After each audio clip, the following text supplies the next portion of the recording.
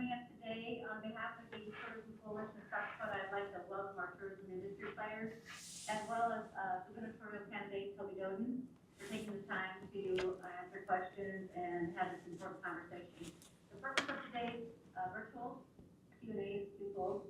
First, it gives our industry the opportunity to learn more about Mr. Doeden's vision for South Dakota and his plans that could impact our industry should he become elected governor. And also, secondly, it provides us an opportunity to educate Mr. Doeden on our industry, our businesses, our employees, and the communities that it affects. But before we begin, I just want to again highlight some of the things from 2025 and the impact that we've had in the state of South Dakota. We welcomed 14.9 million visitors. Those visitors spent $5.09 billion throughout the state. Tourism generated $455 million in state and local revenues, tax revenues. And that's, for every dollar spent, that's a $4 return. The industry supported nearly 60,000 jobs across the state, and visitor spending saved the average South Dakotan a little over $1,121 annually in taxes. And 80% of our tourism industry businesses are small businesses. So tourism is more than just an industry, it's an economic driver for the state of South Dakota. And it impacts our communities, it creates jobs. And so we want to make the best use of our time today. So we did ask the industry to submit pre-written questions so that we could get through as many as we can. We consolidated ones that were very specific. And so we asked anyone, if Justin's going to open it up and say, let's do some clarification on some of these, if Mr. Doeden needs some clarification, please be concise and keep to the point because we're running a little bit behind, so we want to get as many questions answered as we can. So again, we thank you, Mr. Doeden, for being here and the industry players. And with that, I'm going to turn it over to our lobbyist, Justin Smith. Thank you. All right. Mr. Doeden, we had a chance to meet last week when we were here in the same room for another meeting. I'm Justin Smith. I'm the contract lobbyist for the Tourism Coalition of South Dakota. Been working with them for about 4 years now, 5 years. Before that, they had another lobbyist, Lauren Pankratz, who's now retired, mostly retired, but I've enjoyed working with the Tourism Coalition. To start us off, why don't you, if you are willing, just give an introduction of who you are, of yourself, your background, and then maybe what pushed you to run for the governor's office here in South Dakota? Sure. Well, I mean, I was born and raised in South Dakota, born in Aberdeen 51 glorious years ago. Lived in a small town called Groton, South Dakota, just a little east of Aberdeen. Met my wife, Elizabeth, who's here today, in high school. We were high school sweethearts. We got married right after high school. Started having children, have an amazing family. I now have 4 adult children, 2 boys, 2 girls. All 4 of them work in the family businesses, which is amazing. We still live in Aberdeen. My family started out, at least my childhood, a lot like my wife's did. Very, very poor upbringing.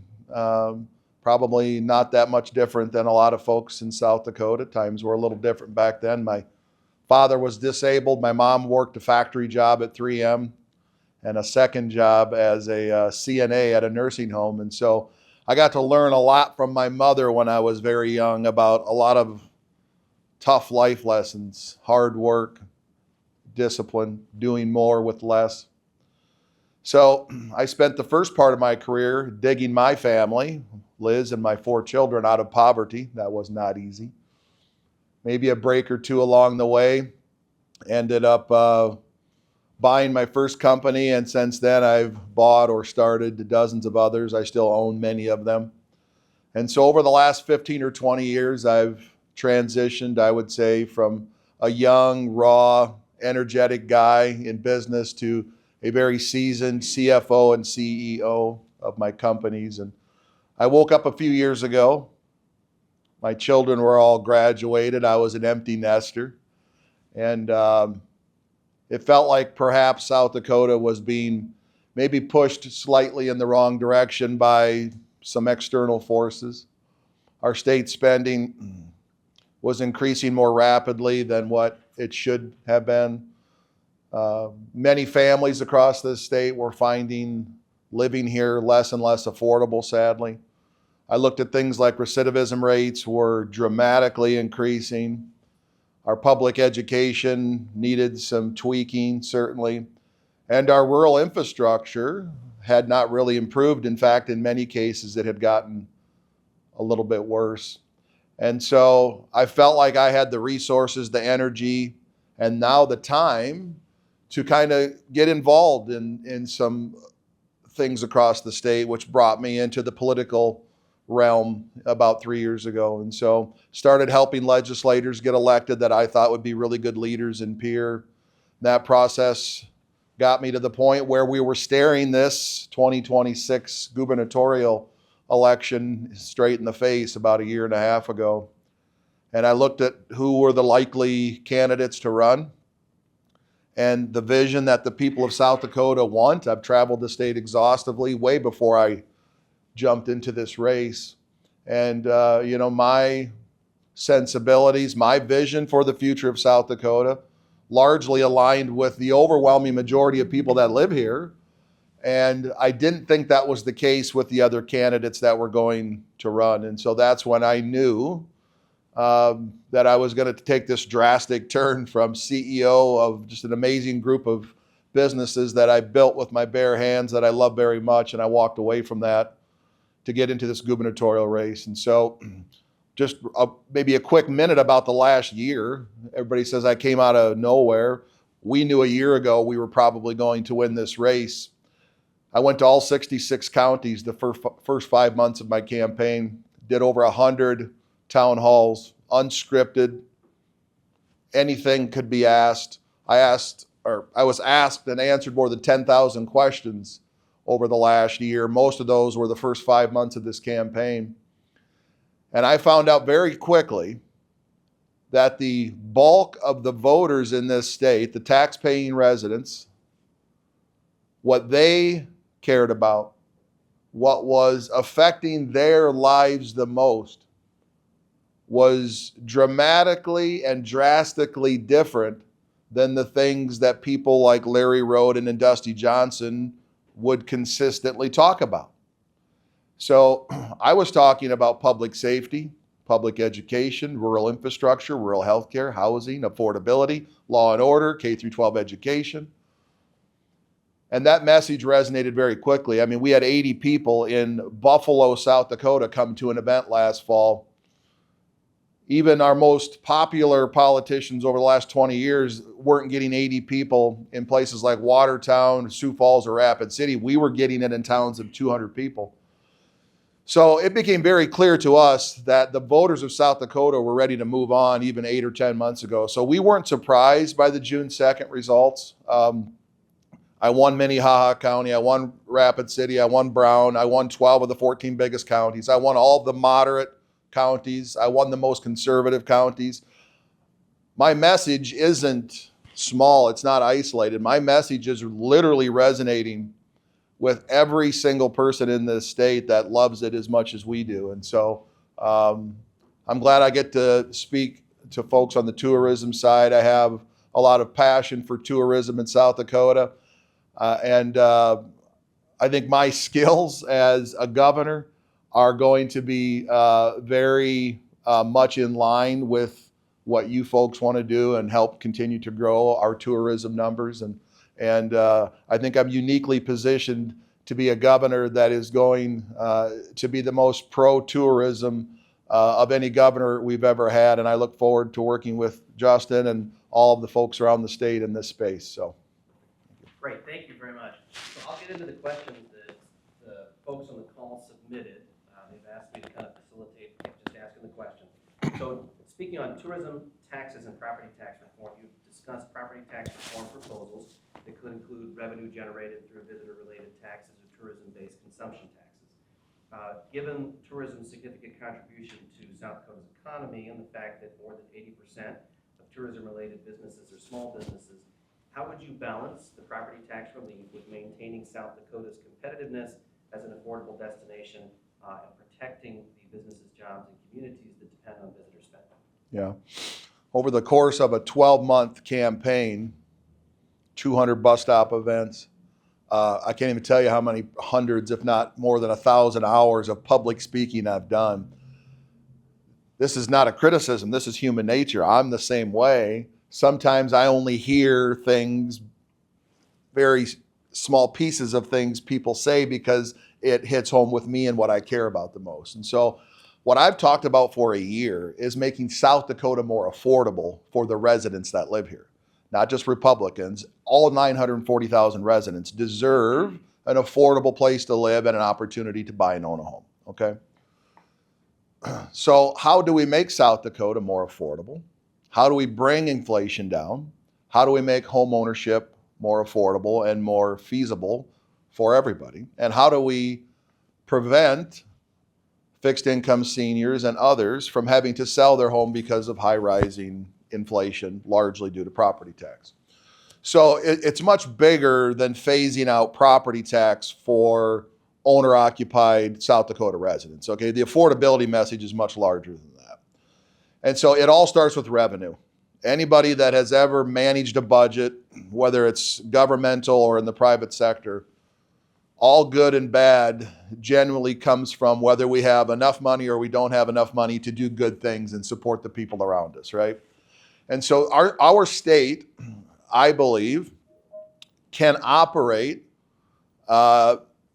just as proficiently as it is and spend less money. I think our state budget has risen dramatically quicker than a lot of our neighboring states. If you look at a percentage, the increase that our state is increasing its state budget every year is dramatically higher than almost every other state in the country. That's a problem, okay? So we do have to curtail spending. We have to get more efficient, all right? But we also need more revenue. Revenue is king. Every company I've ever taken over, I had 2 initiatives. And the first initiative in every company I've ever bought was to find ways to immediately, and I mean like today, generate more revenue, right? I feel that's my mission as governor. On day one, I bring in all the smart people in the entire state. And I say, we need more revenue as a state. How can we get it without piling on the backs of the taxpayers that are already struggling with inflation and property taxes, right? And so one of hundreds of things that has gotten brought up is, how does South Dakota's visitor tax, I don't call it a tourism tax.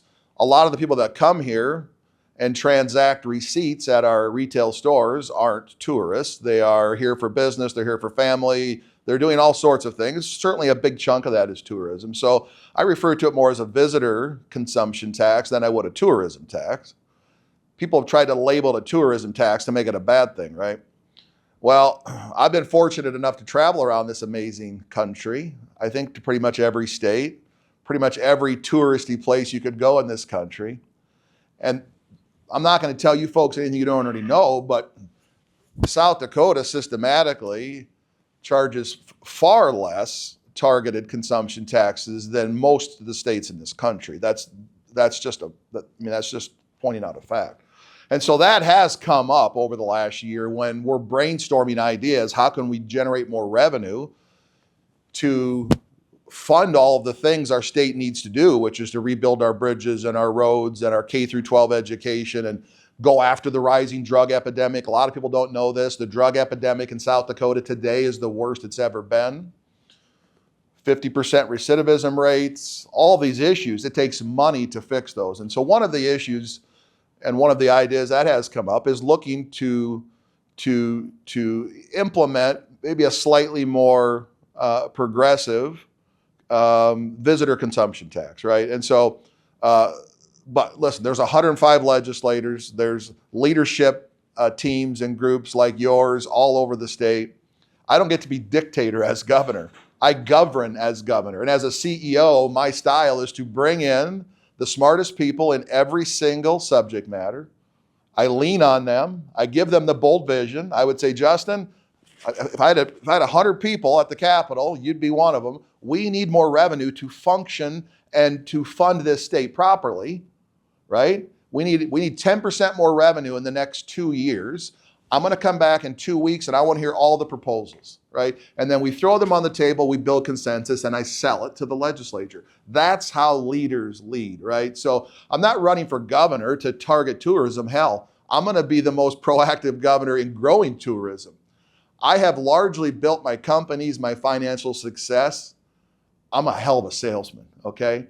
I look forward to working with the tourism division, not just with more funding for marketing, but me being part of that and proactively driving more people to our state because of tourism. South Dakota is an amazing state. If you look at our GDP here and the size of our state and what we have to offer from a tourism perspective, I don't think there's another state that matches it, honestly. I genuinely don't. So I think we can do even stronger tourism numbers. And so all these things have to work together. It's a fair question because it has come up many times during the campaign. But again, it's one of dozens and dozens of things that have been discussed when we're brainstorming. How can we go find new revenue so our state can be proactive in serving its residents rather than reactive, which we've been for the last 5 or 6 years? Carmen, could you talk for just a second, give me a little bit of perspective from the tourism industry standpoint on how some of the tax revenue from these visitor taxes has worked in cooperation with marketing our tourism opportunities in the state? Sure. Yeah, just again, so that everybody on the call understands, we have zero appropriation funds from the general fund. Tourism implemented a self-assessed tax back in 1995, and so we do not receive, or the state does not receive any funding from the general fund to do marketing promotion for the state of South Dakota. And so that $12 million that we use for promotion that translates into $50.9 billion isn't a possible, cut within any of the departments. So just want to make sure that everybody's aware of that. And so additional money for promotion, actually comes back in the form of the tourism tax of 1.5. So that's just a clarification, I guess, that we want to make sure everybody on the call understands. Thank you, Justin. Yep, great segue into the next question. South Dakota's Department of Tourism is nationally recognized for its marketing efforts and has developed programs that support communities of all sizes across the state. The department works closely with local communities, destination marketing organizations, and regional tourism associations, as well as industry partners to attract visitors and support local economies. And it's funded, that department, through tourism-generated revenues rather than general fund appropriations like Carmen mentioned.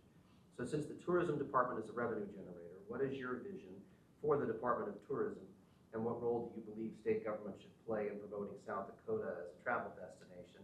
In cooperation with that, if you want to talk, I don't know how your relationship is or knowledge base with Secretary Jim Hagan, if you've worked with him before, whether you, how you envision that partnership will continue to work when you become governor. Yeah, I don't know Mr. Hagan at all, but I've yet to work with anybody that didn't love working with me because of my hands-off CEO leadership style. I really do lean on smart people. You bring them in, again, you give the bold vision, you give them the leeway, maybe you remove some obstacles as a leader that maybe they can't on their own. And that's certainly going to be an issue when we're talking about government things. Probably not as many obstacles in the private sector as there is in the government sector. But as far as funding goes, like I think it's a little sad perhaps that there hasn't been more buy-in from the state for marketing. I see tourism as an investment into our state, right? And when I say investment, does it bring back net positive revenue or net negative revenue, right? So if I'm investing in a company and I invest an amount of money and it's bringing a positive return on investment, I will invest more money, right? That's pretty common sense, right? And so I think if the tourism folks in the state can make a compelling argument that if the state invests more money in marketing, that it's going to bring in even more tax revenue, I think that's something as governor I would be very open to. If we invest $20 million a year and it brings back in $60 million in tax revenue, let's invest $40 million the next year and see if it brings in 120. Like, again, I'm going to bring in a business process, a business mindset to the governor's office.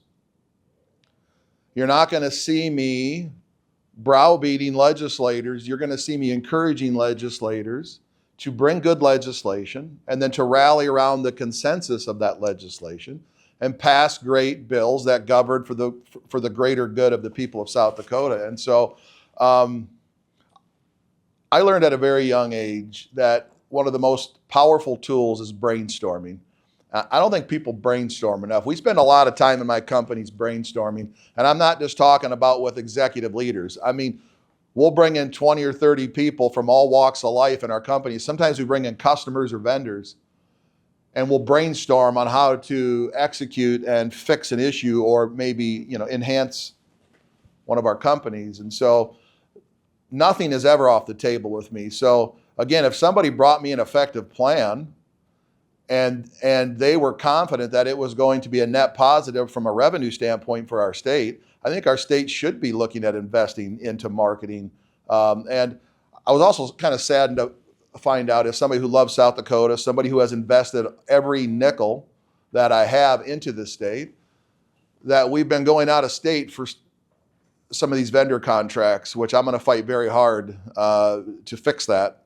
I think we should be spending our taxpayer dollars on South Dakota-owned companies as much as we possibly can. And I have met some companies in the state that do very well at marketing that I would trust very much so. And so I was a little disappointed to find out that some of our past governors have funneled millions of dollars in marketing funds to out-of-state companies. That's going to end under my administration. Our marketing teams will be working with South Dakota-based companies when I'm governor. I promise you that.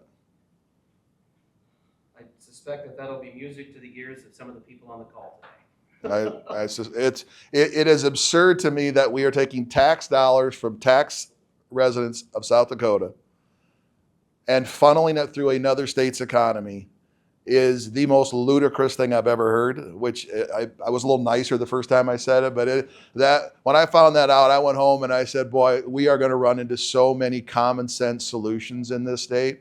That right there is one of them, right? Workforce availability in housing continues to be a major challenge for tourism businesses and destination communities. I know you've got some experience in this area with having to deal with worker turnover and those issues. So what role do you see workforce development, seasonal workforce programs such as H-2B and J-1 visas, and housing initiatives playing in helping South Dakota businesses meet their workforce needs?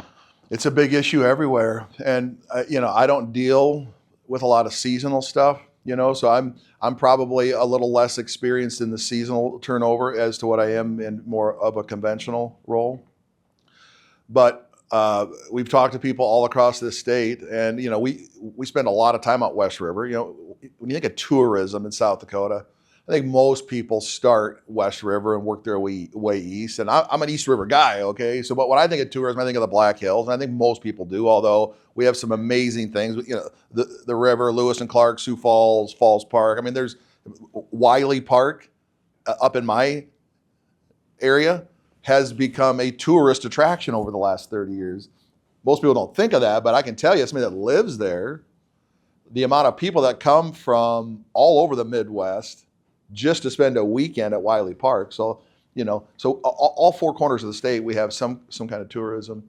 It is a big issue, and housing is certainly right there behind it. And so any program that allows us to find, attract, and ultimately bring people here to do these jobs should be considered, right? And I know there's some people that have been critical of them, but they don't have solutions on how to replace the folks that are being produced by some of those programs. So again, if we're going to have an amazing seasonal tourism, predominantly out west, and it's going to be such a huge, benefit to our state, as she mentioned, all the money it does save taxpayers. As a governor who wants to alleviate even more burden of the taxpayers, primarily in owner-occupied property tax, again, we're going to need more revenue, not less revenue, to continue to lessen that burden. And so we have to look at every possible avenue that there is to bring in qualified workers. And so I would say I'd be very progressive in finding ways, utilizing programs that exist and looking for new programs to make sure we have the workforce that we need. So Recent resident sentiment research found that 80% of South Dakotans believe that tourism is good for the state, and 78% want to see tourism thrive. If elected governor, give us some perspective. You've talked some about it already this morning, but how would you work with South Dakota's tourism industry to identify challenges and opportunities, and what specific outcomes or measures would you use to determine whether the state's tourism industry is succeeding under your administration? Man, there must be 20% of the people that live here that are just kind of unhappy. Like, I can't even imagine somebody calling me, Toby, we're doing a telephone poll. Are you willing to participate? Sure.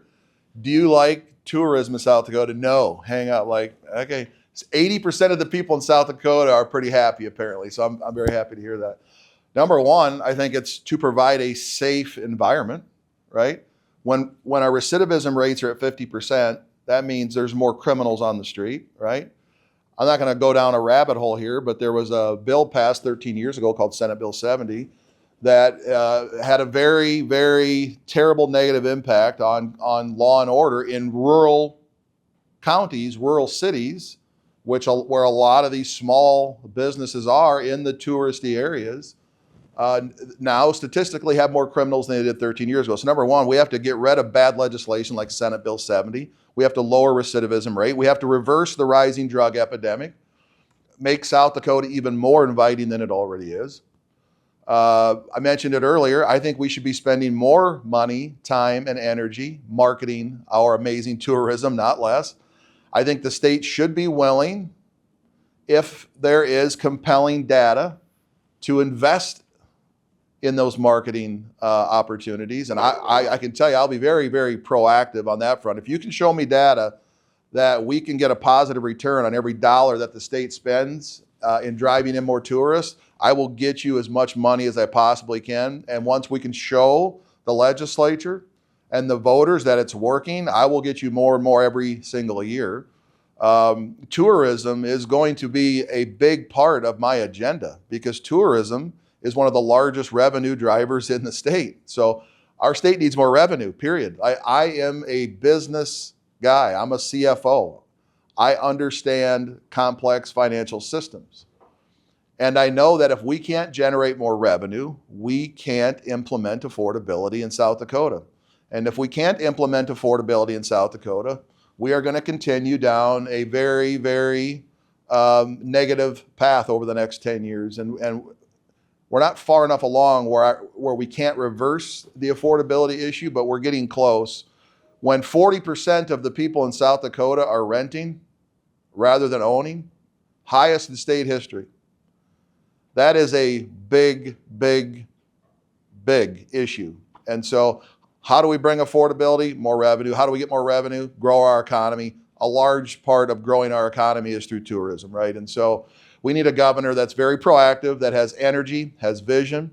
I didn't come here to lobby against my opponent, but if you think he's going to be the guy rolling up his sleeves, producing energy and driving marketing money and driving people into South Dakota through tourism, you haven't done a Zoom call with him yet.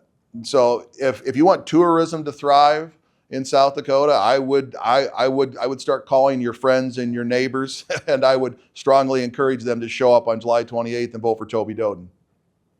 I'm going to go, I've been texting with Carmen, I'm going to go a little off script here and answer that two issues that I think you've done a great job answering all the questions, and I think some of the questions that were left, you've answered by answering other questions. So I'm going to ask about two issues that have been important for the tourism industry legislatively out here over the last 5 years. And the first one is currently in South Dakota, hunting and fishing guides are not licensed by GFNP. The industry, state government has decided we're going to let the hunting and fishing guide industry operate without that kind of red tape and regulation.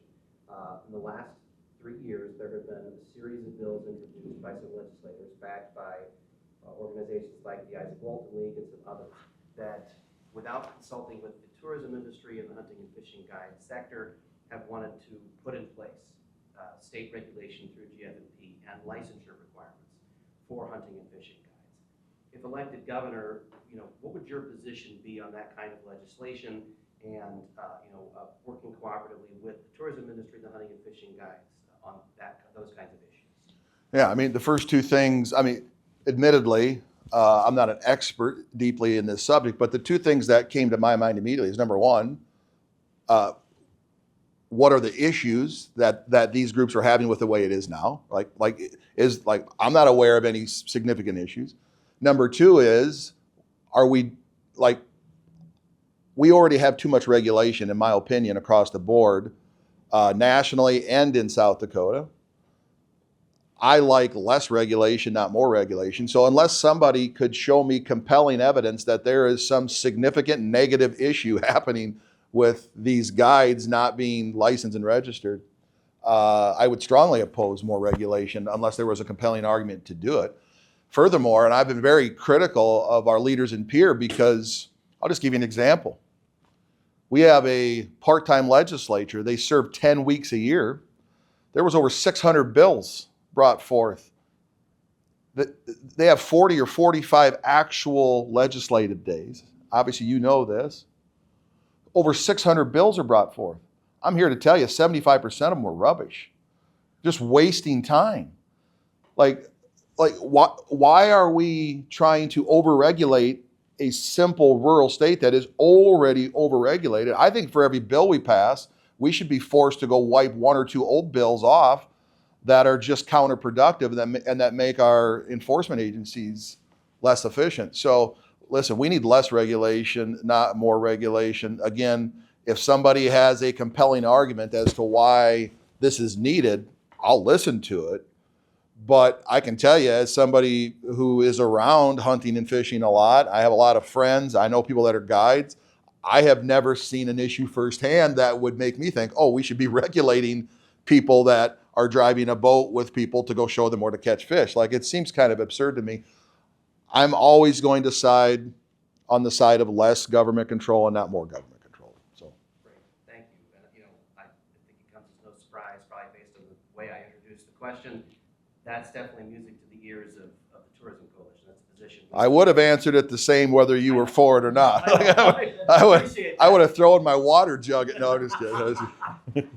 Second question relates to an issue which is a growing concern, and I think part of it is rooted for some communities in a lack of affordable housing. Some of the issue for the tourism industry relates to, okay, what kind of regulation, what kind of taxes and fees, and that's short-term rental properties. Airbnbs, VRBOs, those kinds of things. There are some cities across the state, due to road constraints, parking constraints, resources, etc., have tried to put in place some regulations, some ordinances to govern short-term rental properties, kind of clamp down a little bit on that. There's an effort to try and make them have to pay the occupancy taxes and the bed beer and bed booze and something taxes. Do you have any perspective on the short-term rental industry, and where would you come down on one or both sides of this issue in terms of trying to allow cities to regulate to solve local problems, but at the same time recognizing that there is some desire for short-term rentals, however that's also balanced by a desire by young couples, young families, and others to buy their first house? Yeah. Listen, I think there's a genuine need for short-term rentals. I think we should be prioritizing the residents of South Dakota and the entrepreneurs in South Dakota. When I was out west, this is primarily a West River issue, but it's also becoming an issue right here in Sioux Falls and even in Aberdeen and Watertown, and even in some smaller communities, especially where there is more hunting and fishing in smaller communities, cities like Winter. When I talked to people out west about this that were very negative about short-term rentals, it was largely because out-of-state companies like BlackRock, these big behemoth rich companies, are buying up a lot of these homes, and they're being managed by, let's say, non-South Dakota traditional value people from out of state. And that has certainly driven some negative feedback from people, right? And so when we talk about phasing out owner-occupied property taxes, let's make no mistake, I'm not talking about these big companies that are driving the assessments up for South Dakota residents. That's been largely the angst with a lot of these short-term rentals. So yes, as somebody who hates regulation, we do need regulation on short-term rentals because we have to protect the South Dakota residents that are living in these tourist areas, right? And so that is very important. And I think incentivizing South Dakotans to buy and own these short-term rentals versus, people that live 2,000 miles away that don't even know they own it. Their investment manager buys 100 homes in West River, South Dakota and manages them. You're not going to get that same kind of care and neighborly treatment that you're going to get if Justin and I go in and buy a house together in Custer together, right? So yes, it needs to be regulated because we have to protect the South Dakota residents first and foremost that live there. Sadly, I know people that have moved out of areas that have lived there for decades because they've been overrun with short-term rentals. Every week you go out with your child and play in the yard, and every week you got a new neighbor. Some of them are good, some of them aren't so good. You wake up with beer cans on the I understand the pushback, again, which is why I think we need sensible leadership. So number one, do we need short-term rentals moving forward? Probably yes. There's value there, but I think we need to protect South Dakota residents. I do think we need some regulation. Whether that falls in the city, where that goes, I don't know. But I can tell you, there's a lot of people that have no issue with it, and they get along great. Some people have even told me, "Hey, we love it when new people are coming in. Like our kids graduated 10 years ago. We live up here, and we get to meet all these new people." So you hear all sides of it, but we have to protect the people that live here that have lived in these homes for years and years and years. And largely, I think most of the negative stuff, probably 90% of the negativity I've heard from short-term rentals were from companies out of state that had bought these. They don't maintain the properties well. They don't vet their renters very well. All these kind of things. So that's been my feedback as somebody who has literally traveled the state, answered thousands of questions. This comes up. You go West River, you do an event anywhere West River, short-term rentals come up at every single town hall. So I've had an open discussion with thousands of South Dakota residents, and I can tell you the majority of them are okay with it. And the ones that did have some issue largely stemmed from out-of-state companies buying up these homes, driving up assessments, and not, properly maintaining the homes. So I want to be sensitive to your time. I know that you've got a very busy schedule right now.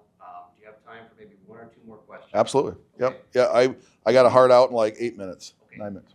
Next question would be, the tourism industry has worked very hard. There's some people on this call, Katie Sieverding, Jasper Deagle, Mike Bockerny, a number of others who across the state of South Dakota have worked very hard on one issue, which is trying to drive air traffic in the state of South Dakota and improve the existing air traffic infrastructure, particularly at the Sioux Falls and Rapid City airports, which, according to the statistics, at least 85%, some studies show 90% of the air traffic in South Dakota is running through those two airports. So we've worked hard. You spoke about investing state dollars, federal dollars, et cetera, if we can show proof of return on investment. Yep. And we believe strongly and feel strongly that any improvements to the runways and terminals of those two airports, but even other airports, Aberdeen, Pierre, and others across the state would be good. Do you have any perspective, I know you do a fair amount of flying, any perspective on the importance of South Dakota's airports and air traffic, not just to the tourism industry, but to the commercial sector? And how would you work cooperatively on those issues, including investment potentially of state and federal dollars? Yeah, I mean, we need more throughput, not less throughput at our airports, right? And I know there's people that get a little frustrated outside of Sioux Falls and Rapid City because it's very limited, and I understand that. You have to have the customers to support it. This could be way off base. This is somebody who has not directly been involved in this, so I'm going to talk maybe like just an ordinary, tax-paying, law-abiding citizen here. I think a lot of the negativity that has come from some of these airport projects is largely because people don't understand. I don't think we've done a good enough job of selling them, and I hate to even use the word sell because it's just producing facts and data that by investing money, they look at it as handouts, like regular people do. They go, oh, we're just handing more money to the airport. We have to show them the data that by investing into this airport is ultimately going to lessen the tax burden on you. This is going to help us generate revenue for our state so I can phase out your property taxes, Mrs. Johnson, right? Like this is why I'm going to be able to get things done. Because I can stand up, Larry Roden gets up, says, we're giving $60 million to the airport and walks off and everybody's mad. Larry, tell them why we're investing the damn money into the airport. We're investing money in the airport because we're going to bring in another $300 million in tourism revenue, and I'm going to use the tax from that to lower your property taxes. People are like, great, let's build bigger airports. Let's get another run in Aberdeen. Let's find new cities to connect to Sioux Falls, right? Like, I mean, I sure hope I win, because I think South Dakota really needs somebody that not only can push for good initiatives, but can get in front of the voters and sell it. Like, you can have the best ideas in the world, but if Larry Roden's the one to sell it to the people, you're never going to get them passed. Sorry. I mean, if that hurts somebody's feelings on this call, I can't help it. I think investing in the airport's amazing, but every single person I know was against it because they looked at it as just shuffling money into an airport that last time I flew there, it was fine.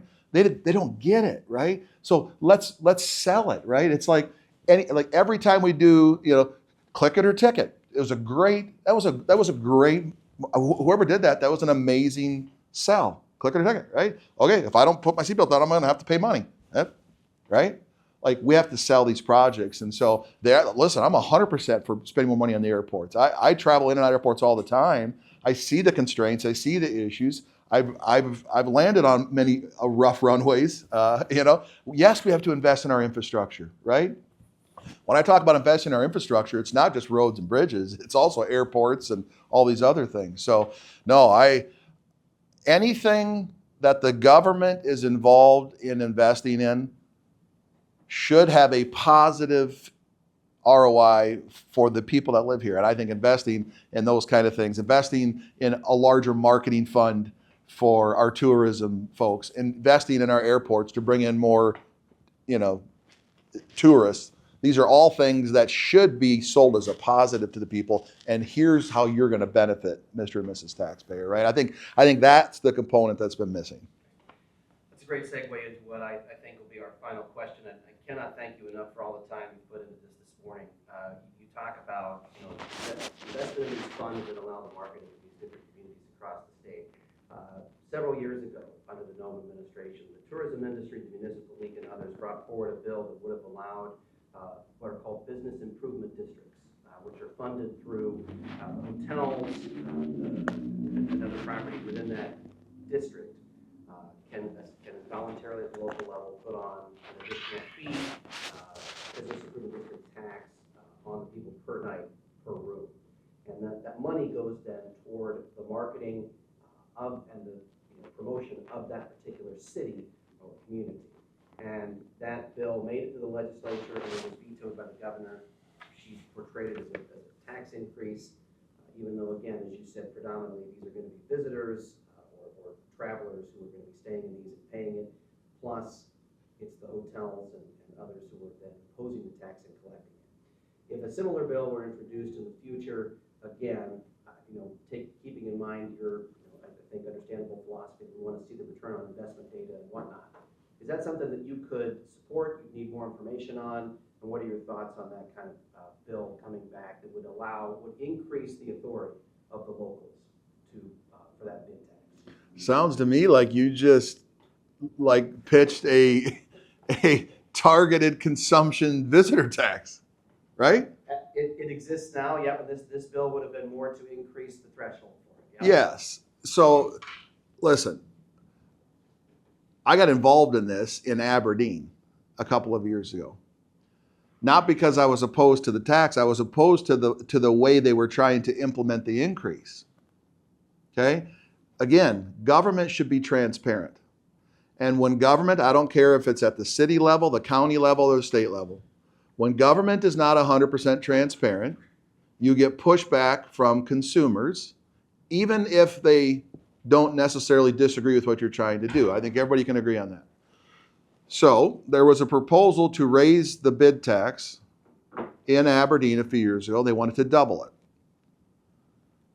Number one, anytime we double the tax overnight, I think we have to be a little bit more careful to do that. Maybe there should have been a phase-in. Number two, the people that were pushing for it had alleged that everybody that was going to be affected had been properly notified. I sent my attorney to go knock on 20 doors. And out of the 20 doors, only 4 people knew about it. Okay? So there was a very poor job done of making not just the property owners, but most of these properties have renters. The renters also needed to be aware of it so they could voice their favor or opposition, because we know who's going to pay the increase in the bid tax. It's not the property owner. I know, I own a lot. I think I own the most properties in the bid tax area in Aberdeen, okay? So my tenants were going to pay it. And so I felt like they needed a voice too, right? We have a lot of small businesses in downtown Aberdeen that were already struggling to pay their rent, and now as soon as their lease is up, they're for sure getting an increase just for the bid tax. I wasn't against the bid tax increase. I was against the lack of transparency. Again, had we brought everybody in and said, here's why we're increasing the bid tax, we're going to use it for marketing to drive more people downtown Aberdeen. You're going to have more people at your hair salon. You're going to have more people at your restaurant. We're going to, you have to tell the consumer why you're doing something. You can't just send a letter in the mail and hope they read it and then try to sneak a tax past them. So I got criticized from Jim Thayers and all kinds of people. And had he answered my phone call, I would have explained to him, I'm not against the increase. I'm against the fact that we weren't transparent enough. This is the kind of transparency I'm going to bring to the state government. And so, listen, people can, so yes, I would be all for that. If we're shifting the burden from regular, ordinary taxpayers to people that are consuming resources in South Dakota but don't own property in South Dakota, right? So I think more than 60% of our retail transactions in this state are from people that aren't residents of South Dakota. Well, they do come here, they do drive on our roads, they do use the same resources you and I do, Justin, but we pay way more taxes than they do because we're residents. I'm all for shifting that burden a little bit to take, so, and I think that's largely what the bid tax does, right? And I love local control. You're never going to meet anybody that's going to fight more for local control. So the fact that local communities could have that extra revenue to then market their very unique downtown. Like Aberdeen, for example, has an amazing downtown. It's really been rejuvenated the last 15 years. People like Jim Thayers have done an amazing job investing money downtown in Aberdeen. So number one, I would have rather seen maybe it go up, 10 or 12% a year for 4 years rather than just doubling overnight. Number two, more transparency. So I don't know if you agree with that or not, and if you don't, that's fine. So I'm not opposed to the bid tax. I'm certainly not opposed to increasing it, but we have to be transparent with the people. And again, do the connection point. Yes, this is going up, but here's how it's going to benefit you. I want to make sure we're sensitive to your schedule. Can't thank you enough. You stayed a little bit of extra time, so really grateful. Want to thank Tourism Coalition and the folks on the call for being here. And I'm sure that some of them might reach out to you separately, but really appreciate your time. Perfect. Thank you, guys. I appreciate it very much. Can I take these, Justin? Of course, yes, please. Perfect. I got an hour and a half drive. I need some reading time.